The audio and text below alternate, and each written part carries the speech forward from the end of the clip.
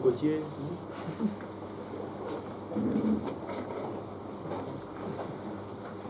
Abotai,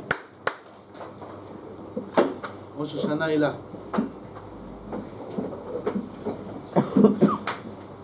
Aujourd'hui, c'était le dernier lundi de l'année. Demain, c'est le dernier mardi, et ainsi de suite. Hier, il y a un petit bébé de 4 ans qui est mort. À Baït Vagan. Une grande famille. Famille de Talmidei Chachamim. L'enfant, il est passé entre deux voitures. Comme j'ai dit à mes élèves en shiur aujourd'hui.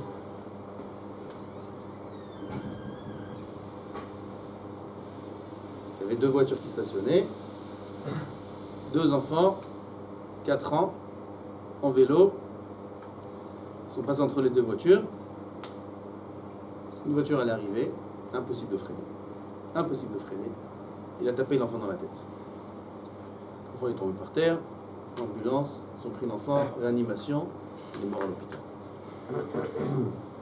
Vendredi, après-midi, une famille de Har-Homa, des Français, ils ont perdu un bébé de 2 mois.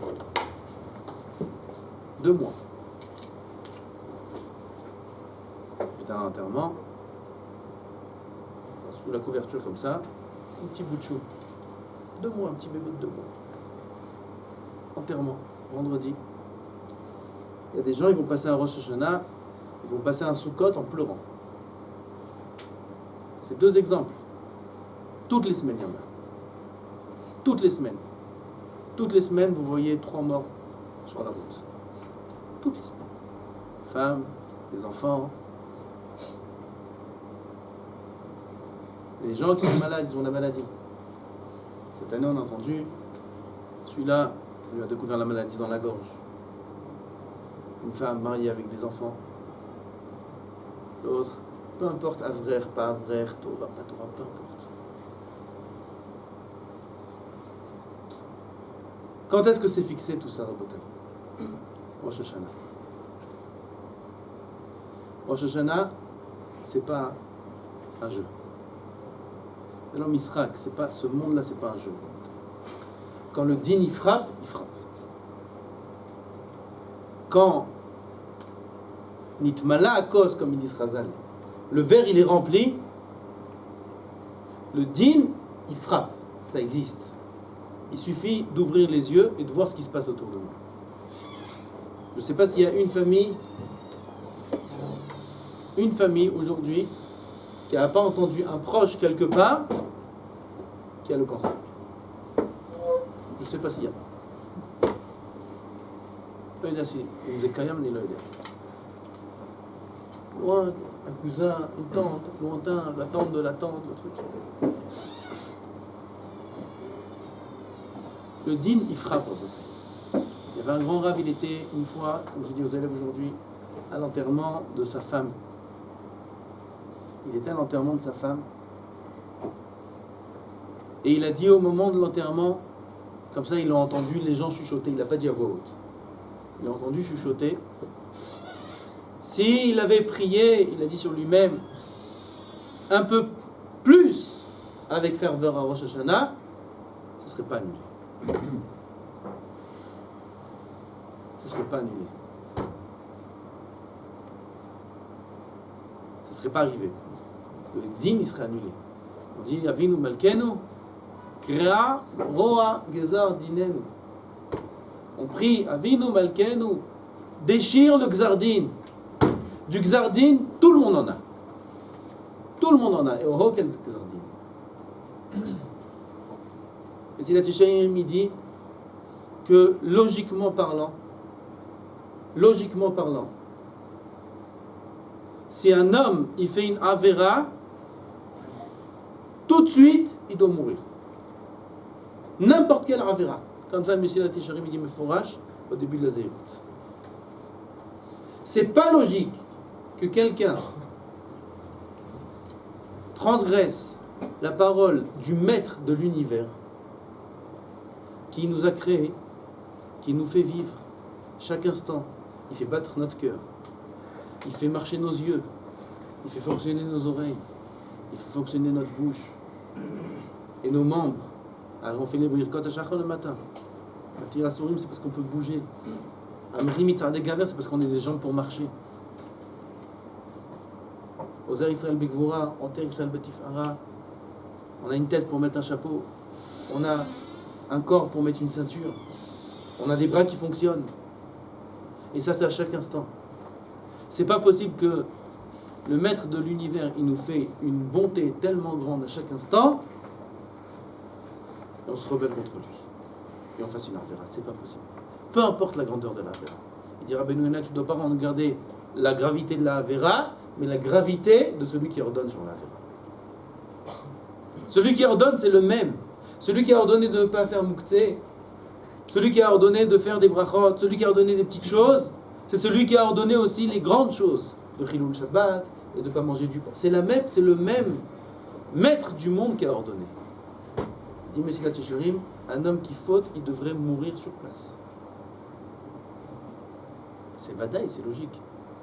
C'est logique. Comment? Quelqu'un, tu le prends, comme le Machal il dit. Un homme, il prend son fils sur les épaules, il marche dans le désert, il y a une marche très difficile à faire. Il le prend sur les épaules, c'est dur pour l'enfant, misken. Il a 4, 5 ans. C'est dur pour lui de marcher. Il le prend, arrive un chien, le père, il tue le chien. Arrive un lion, arrive un ours, le père il se bagarre, il sauve l'enfant de tout mal. Il y a le soleil qui frappe, il lui met de l'ombre. Il y a le froid, il lui met des couvertures. Il protège son fils. À un moment, le père il avance dans le désert, il rencontre un homme, et le fils qui est sur l'épaule du père, il dit à cet homme, dis-moi, tu sais où il est mon père?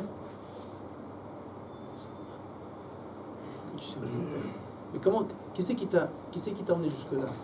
Qui c'est qui t'a sauvé de ça, et de ça, et de ça, qui t'a donné à manger, Qu'est-ce qu'il a fait le père?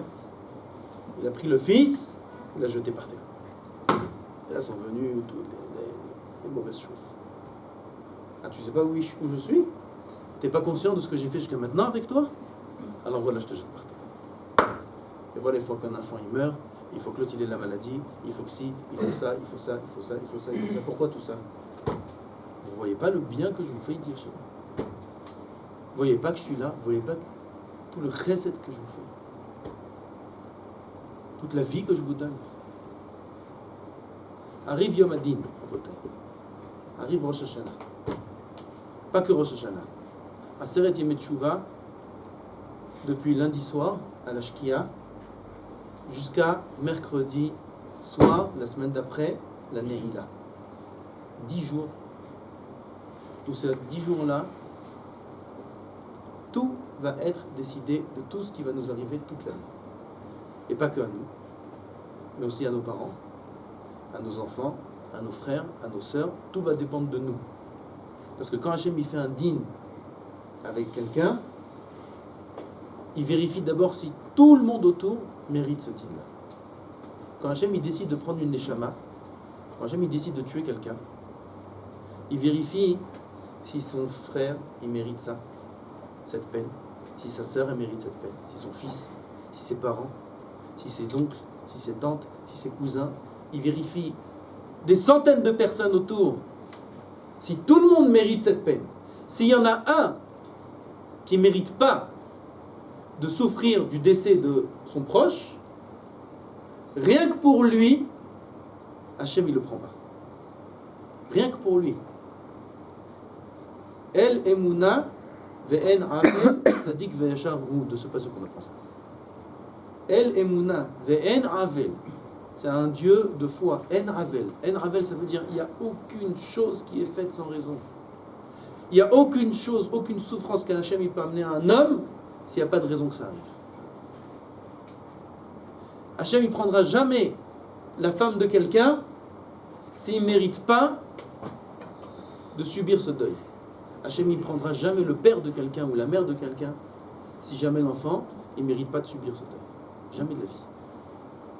Alors quand Hachem il prend quelqu'un, il vérifie tout autour s'il est méritant ou pas. Pourquoi on dit ça? Pour nous faire peur, Chas v'Shalom. Parce que quand on arrive à Rosh Hashanah,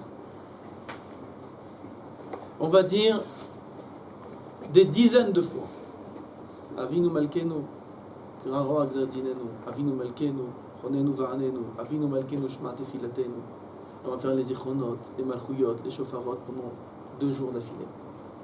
Ces 2 jours-là, les sages nous ont dit il ne faut pas dormir. Il ne faut pas dormir, c'est pas un moment de dormir à Botaï. C'est pas un moment de dormir. Les jours qu'on vit maintenant, c'est pas un moment de dormir, c'est pas un moment de perdre son temps. Le din, il arrive à grands pas. Il y a des malheurs. On n'est pas là pour faire une liste de malheurs. Il y a eu des malheurs graves cette année qui se sont passés. Des hommes qui ont perdu leur femme, des femmes qui ont perdu leur mari. Il y a eu des choses graves. Hachem, il nous donne ces 2 jours-là de Rosh Hashanah. Où ces 2 jours-là, c'est pas le moment de dormir. La Gemara est dit dans l'Yerushalmi. Man, de naïm, mazalé naïm. Celui qui dort, son mazal, il va dormir. Celui qui dort à Rosh Hashanah, son mazal aussi va dormir toute la nuit. C'est pas le moment de dormir, Rosh Hashanah. C'est le moment de faire des tfilotes, sans arrêt. On a dit aux élèves, le Rav Mibrisk, qui était Rosh Hashiva ici, le père du Rosh Hashiva aujourd'hui, tout Rosh Hashanah, pendant 2 jours, il faisait que des Teilim. Il n'étudiait pas la Gemara, alors que chez eux, ça n'existait pas Teilim, Moussar, tout ça. Eux, c'était que Gemara. Il n'y a que Gemara chez Brisk. Regardez, il n'y a que des livres de Gemara. Il n'y a presque pas de livres de Moussar. On a dit au Rav, pourquoi tu étudies que des Teilim tout Rosh Hashanah? Il dit, parce que si j'étudie la Gemara Rosh Hashanah, peut-être j'aurais besoin d'un livre, un commentateur. Il faut que je me lève. Et peut-être le temps que je me lève chercher le livre, à ce moment-là, je vais être jugé. Et je ne suis pas en train d'étudier. Alors quand je lis des livres, au moins je ne m'arrête pas. Au moins constamment, je change de Torah. Au pire, je me fais juger à ce moment-là, je suis en train de dire des livres. On ne sait pas quand est-ce qu'on se fait juger. Le Harizal, il dit, celui qui ne s'éveille pas aux pleurs Rosh Hashanah, pendant les 2 jours, il n'a pas des frissons. Au moins, pendant un moment durant ces 48 heures-là. Il n'a pas des frissons, il n'a pas un éveil de pleurs, il n'a pas un pachat qui rentre en lui. Il dit des choses dures. Chas v'Shalom, ça montre que sa neshama, elle n'est pas dans le coup. Il nous donne un siman aussi pour savoir quand est-ce qu'on est jugé. À ce moment-là, un homme, il sent un éveil très profond, un vrai éveil de tchouva. Il arrive même à pleurer. Il ne faut pas chercher à pleurer. Le pleur, il vient de lui-même. Il prend conscience qu'il en. Il dit le Harizal, qu'il sache que ça, c'est le moment où il est jugé. Ça veut dire que on va ouvrir notre dossier à Rabotai. On va ouvrir le dossier. Kol ba'er olam, même les goïms. Kol ba'er olam, ouvrir les fanaf qui venaient marron. Un par un. On va prendre notre dossier. Qui c'est qui peut rester calme? Qui c'est qui peut dormir? On va prendre notre dossier. On va ouvrir. Et il y aura là-bas toute la liste de tout ce qu'on a fait toute la nuit. Il y a à gauche d'Hachem les accusateurs. Il y a à droite d'Hachem les avocats, les défenseurs. Eux ils accusent, eux ils défendent. Eux ils accusent, eux ils défendent pendant 48 heures. Un il vient, il dit, regarde ce qu'il a fait, regarde ce qu'il a pensé, regarde ce qu'il a vu, regarde ce qu'il a touché, regarde quel arayot, regarde combien de fois il est chayav karet, regarde combien de fois il a fait ça, regarde combien de bitul Torah il a fait. Comment il a fait du mal à ses parents, comment il a parlé à son père, comment il a fait pleurer sa mère, regarde ça, il a volé, il a signé ça, il a liste, ils accusent, tue-le. C'est pas de la rigolade, c'est la guerre ce jour-là. Dans le ciel, c'est la guerre. Melech omed mikesed din ve'omed al kisei rachamim. On sonne du shofar à Rosh Hashanah, on fait lever Hachem de sa chaise de din, on le fait lever. On dit Hachem, je t'en supplie, juge-nous sur la chaise de Rachamim.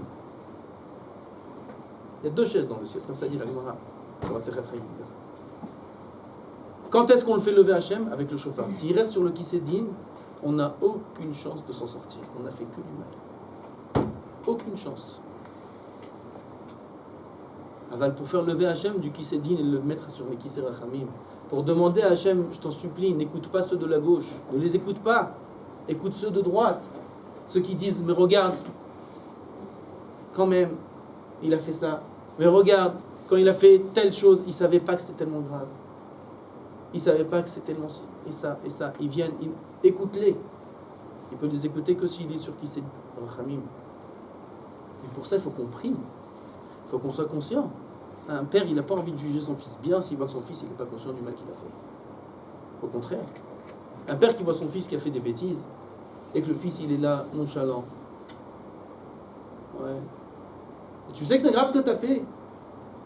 Ouais, alors, mais j'étais pas seul, lui aussi il a fait. Oui, ouais, comme ça. Prochaine. Malechan Nirdam. Radoum, il dort. Prochaine, il ne se prend pas en main, il n'essaie pas de faire. C'est la guerre à Bretagne.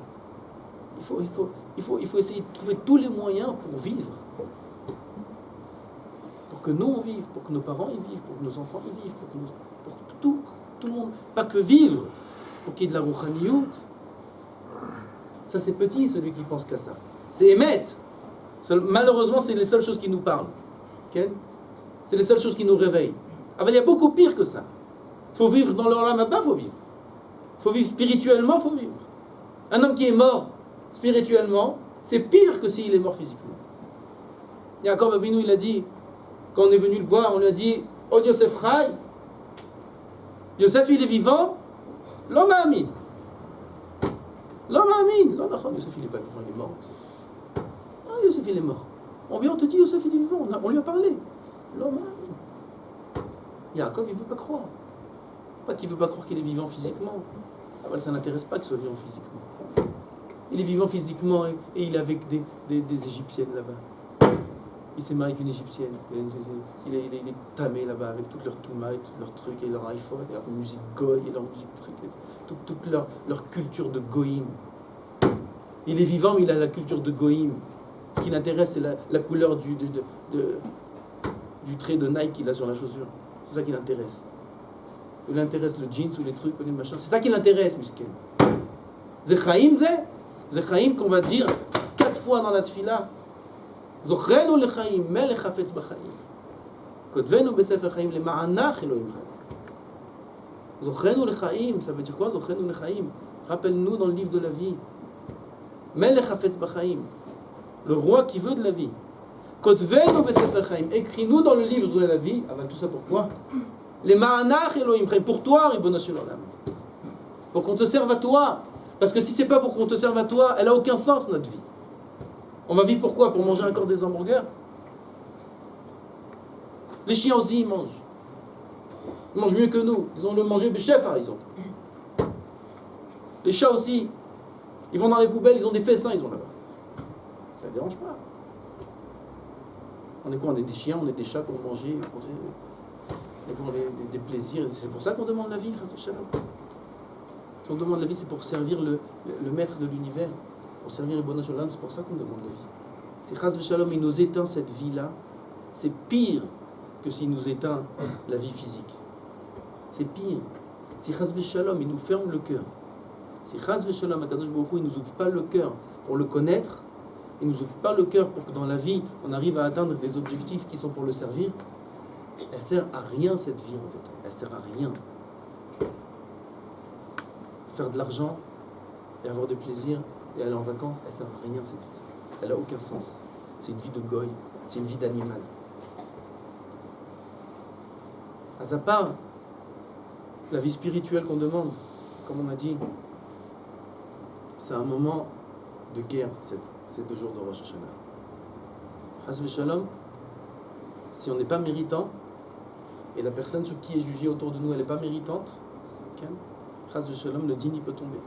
Aval, si on est à Rosh Hashanah, et on est méritant, et on prie, et on supplie Hachem de tout notre cœur, d'annuler les xérotes, de se lever du Kessedin, de s'asseoir sur le Kisei Rachamim, et on est mechaven dans le chauffard, et on fait une tchouva shlema. Az même si Chas v'Shalom, quelqu'un autour de nous, il est chayav mita, il ne sera pas pris. Pourquoi? Parce qu'on ne mérite pas. On ne mérite pas de souffrir la perte de quelqu'un. Si on ne mérite pas de le souffrir, même si lui mérite de partir, Hachem ne le prendra pas. Alors ça dépend de nous, ça. Le dîn, il n'est pas que sur nous. Si on n'a pas pitié de nous-mêmes, au moins qu'on ait pitié des autres. Le dîn, il n'est pas que sur nous, le dîn, il est sur tous ceux qui nous entourent. Chacun il passe devant Hachem, echad echad, avec chaque instant, chaque action, dans tous les moindres détails. Comme le dîn après 120 ans. Et tout ça, ça se passe en un instant. Parce que Rabotai, c'est pas le moment d'avoir la tête ailleurs que dans Rosh Hashanah. Et encore une fois, c'est pas que Rosh Hashanah, c'est les 10 jours qu'il y a de Rosh Hashanah à Kippour. C'est Aseret Yemei Teshuvah, où ces 10 jours-là, c'est 10 jours desquels vont dépendre toute notre vie. Pas que toute notre année, mais toute notre vie, elle va dépendre de ces 10 jours-là. Et surtout, du jour de Rosh Hashanah. Parce que le jour de Rosh Hashanah, c'est la Ktiva, c'est le Gzar Din, c'est le Psak, c'est le juge qui donne la sentence. Et Kippour, c'est le tampon du bête. C'est beaucoup plus facile de travailler au niveau de la sentence que, une fois que la sentence est écrite, alors commencer à travailler le rattrapage. Le rattrapage, il est beaucoup plus dur. Alors, on a rien qu'on peut changer. Aval, pourquoi travailler tellement dur après Rosh Hashanah si le jour même de Rosh Hashanah, on peut avoir un bon dîner? Et comme on a dit dans les cours précédents, c'est pas difficile de bien être jugé à Rosh Hashanah. C'est pas difficile. Hachem, c'est Avinu d'abord et après Malkenu. On ne dit pas d'abord Malkenu et après Avinu. D'abord c'est Avinu. Pour qui? Pour celui qui se prend, qui se considère comme son fils. Im kebanim, im keravadim. Im kebanim rachamenu kerachem avad banim. Aval im kebanim, im keravadim, de qui ça dépend? De moi. Si moi je me considère comme son fils, et proche de lui, et j'ai accès facilement à lui, et je peux revenir vers lui, c'est mon père. C'est mon père. Et le père, il est Rahman, le Midrash il dit, un père, il est Merachem sur un enfant, plus que ce que 10 enfants ensemble sont Merachamim sur le père. La miséricorde du père sur ses enfants, elle est immense. Les enfants ils disent, on aime notre papa, on aime notre père, prends les 10 enfants ensemble, réunis tout l'amour qu'ils ont pour le père, ça ne vaut pas l'amour qu'un père il a pour un enfant. Comme ça le Midrash dit. La reine de Dîn, il est facile. C'est facile de s'en sortir. Pour qui? Pour celui qui prend conscience. Celui qui va, à partir de maintenant, c'est déjà tard. On avait tout le mois des loups pour ça, pour se préparer. Voilà, c'est jamais trop tard. Se préparer au Yom Hadin. Prendre conscience. Avoir la tête un peu moins dans les baskets. Avoir la tête un peu moins dans les yanimes de ce monde. Avoir la tête un peu plus vers le haut. Un peu plus se prendre en main. Se lever au slichot, se lever à la tfila, faire cheshbon nefesh. Cheshbon nefesh, c'est s'asseoir seul. Trouver un moment, chacun il est obligé de trouver un moment obligatoire de le faire. Où il s'assoit seul, avec lui-même, et il fait un peu le bilan de lui-même. Où je suis, qu'est-ce que je fais, où je vais, qu'est-ce qui va devenir de moi, qu'est-ce que je vais devenir. J'ai fait du mal, j'ai fait aussi du bien. Je vais me présenter devant le roi, il va me juger, qu'est-ce que je vais dire, qu'est-ce que je vais pas dire, comment je vais agir, comment je vais pas agir. Obligé de faire cheshbon nefesh rabotai. Celui qui dort, ça risque d'être dur. Celui qui se réveille, c'est très facile. Tout dépend de nous, rabotai. Il ne reste pas beaucoup de temps. Chaque jour, comme les poskim ils les ont dit, le Mishnah Berurah il amène ça. Chaque jour, les derniers jours de l'année, il a la force de réparer tous les jours de l'année. Ça c'est écrit dans les poskim. Le Harizal, lui, il dit que chaque jour des Aseret Yemei Teshuvah, à part les 2 jours de Rosh Hashanah et le jour de Kippour, il y a encore 7 jours. Ces 7 jours-là, si un homme fait Teshuvah, il répare aussi tous les jours qui correspondent à ce jour-là, tous les lundis, de toute l'année, de toute la vie, et même du Gilgul d'avant. Comme ça, il dit le Harizal.